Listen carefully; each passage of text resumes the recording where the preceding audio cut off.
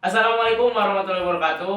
Hai, nama saya Jun Junaidi. Saya guru multimedia di SMK Bakti Karya. Di pertemuan kedua komputer dan jaringan dasar, kita akan belajar tentang bagian-bagian komputer. Langsung ke materinya. Nah, komputer terdiri dari dua bagian ya, ada perangkat keras, ada perangkat lunak. Berarti sekarang saya akan menjelaskan perangkat keras komputer. Ya. Oke, yang pertama itu dari yang paling gampang dan biasa teman-teman temui. Yang pertama itu ada keyboard ya. Ini keyboard. Keyboard itu merupakan unit salah satu alat input ya, alat input yang biasa digunakan untuk mengetik di komputer. Jadi kalau misalkan teman-teman mau ngetik sesuatu gak ada keyboard, bisa sih gunain keyboard digitalnya yang ada di Windows, tapi harus diklik pakai mouse. Nah, jadi keyboard ini fungsinya adalah untuk mengetik ya, untuk menginput data, enter dan sebagainya. Ini keyboard untuk laptop, bentuknya seperti ini. Ya. Bentuknya lebih kecil daripada keyboard eksternal ya. Kayak gini. Selanjutnya ada mouse. Ini mouse. Nah, yang berfungsi untuk mengarahkan kursor. Ya, jadi kalau teman-teman mau klik berkas, klik apapun, klik kanan, klik kiri, ya pokoknya berfungsi sebagai layaknya tangan gitu di sebuah komputer, mouse ini sangat berguna gitu. Selanjutnya ada motherboard. Nah, ini motherboard ya teman-teman. Ini motherboard. Motherboard itu fungsinya sebagai tempat meletakkan hampir 80% mungkin ya bagian dari sebuah komputer, bagian penting dari sebuah komputer ya. Ini motherboard namanya. Gimana? Ini motherboard ya. Nah, motherboard ini pokoknya penting banget. Kalau motherboard ini rusak, berarti komputernya rusak. Ya. Jadi kalau misalkan teman-teman punya kerusakan di motherboard, berarti sama dengan beli PC baru. Next, selanjutnya ada RAM ya. Ada RAM nih. Ini RAM. Oke. Nah, RAM merupakan singkatan dari Random Access Memory.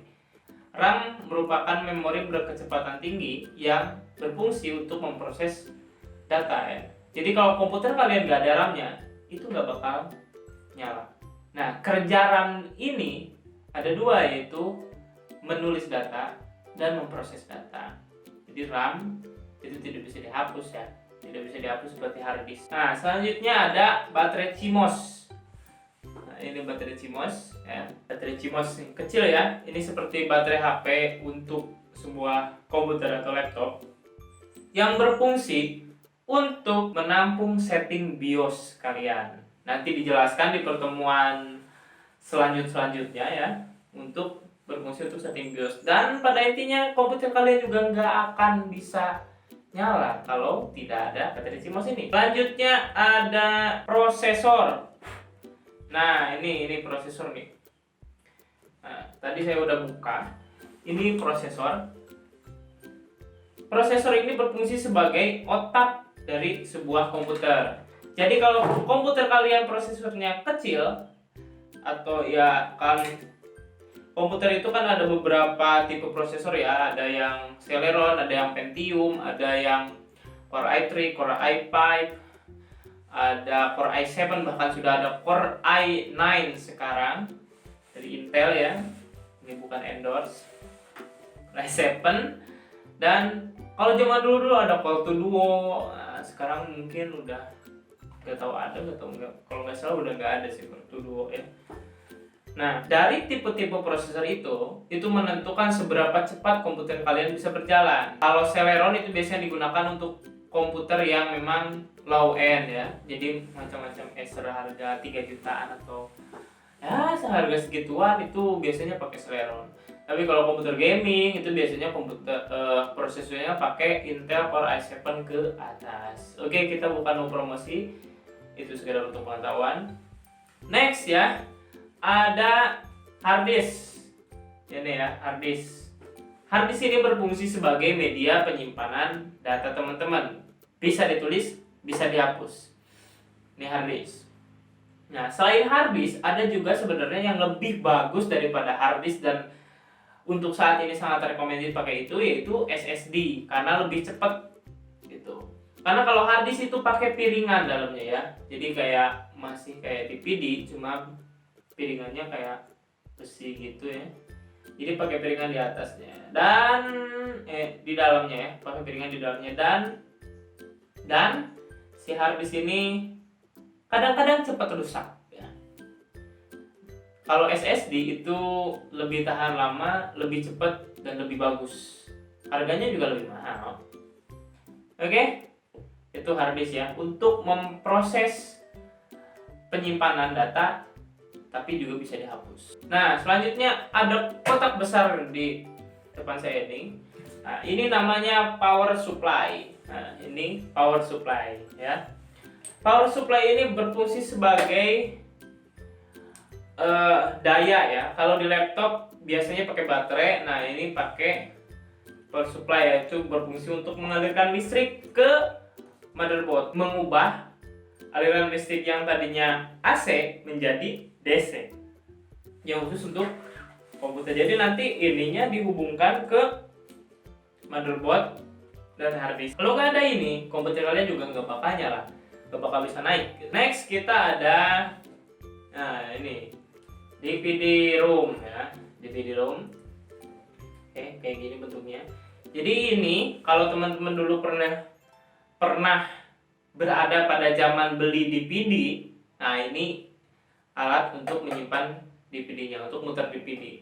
Dan biasanya di beberapa PC memang ini ada ya, DVD ya. Tapi untuk laptop saat ini udah mulai meninggalkan DVD seperti ini karena memang sekarang udah beralih ke flash disk, apalagi internet kan YouTube udah ada banyak gitu. Ya download aja, nggak perlu dipindahin ke DVD. Nah, ada ini cooling fan ya. Nih. Pendingin ya.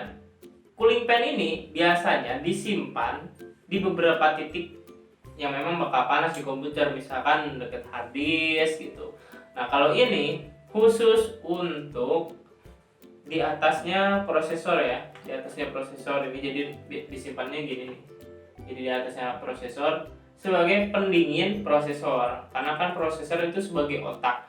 Nah, kalau misalkan otak kita bekerja terus-menerus tanpa adanya pendingin, kalau bekerja terus-menerus pasti panas ya, pasti panas kepalanya. Kalau kepanasan kan bisa jadi meledak dan ya atau mati gitu kan.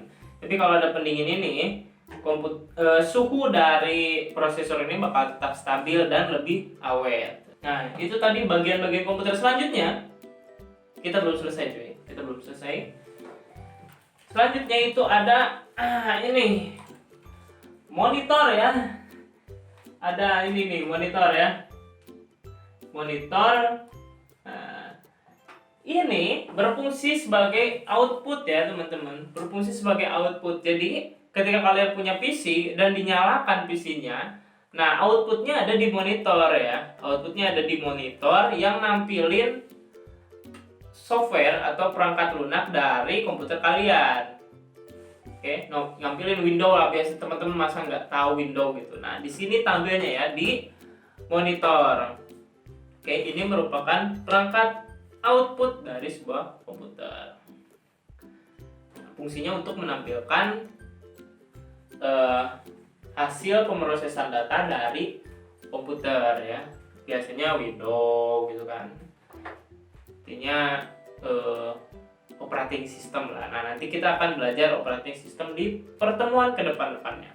Teman-teman kelas 10 SMK Bakti Karya Parigi masih penasaran dan ada yang ingin ditanyakan, silakan tanyakan di kolom komentar untuk mengetahui lebih dalam mengenai perangkat-perangkat keras komputer. Oke, terima kasih. Nama saya Jujun. Sampai jumpa.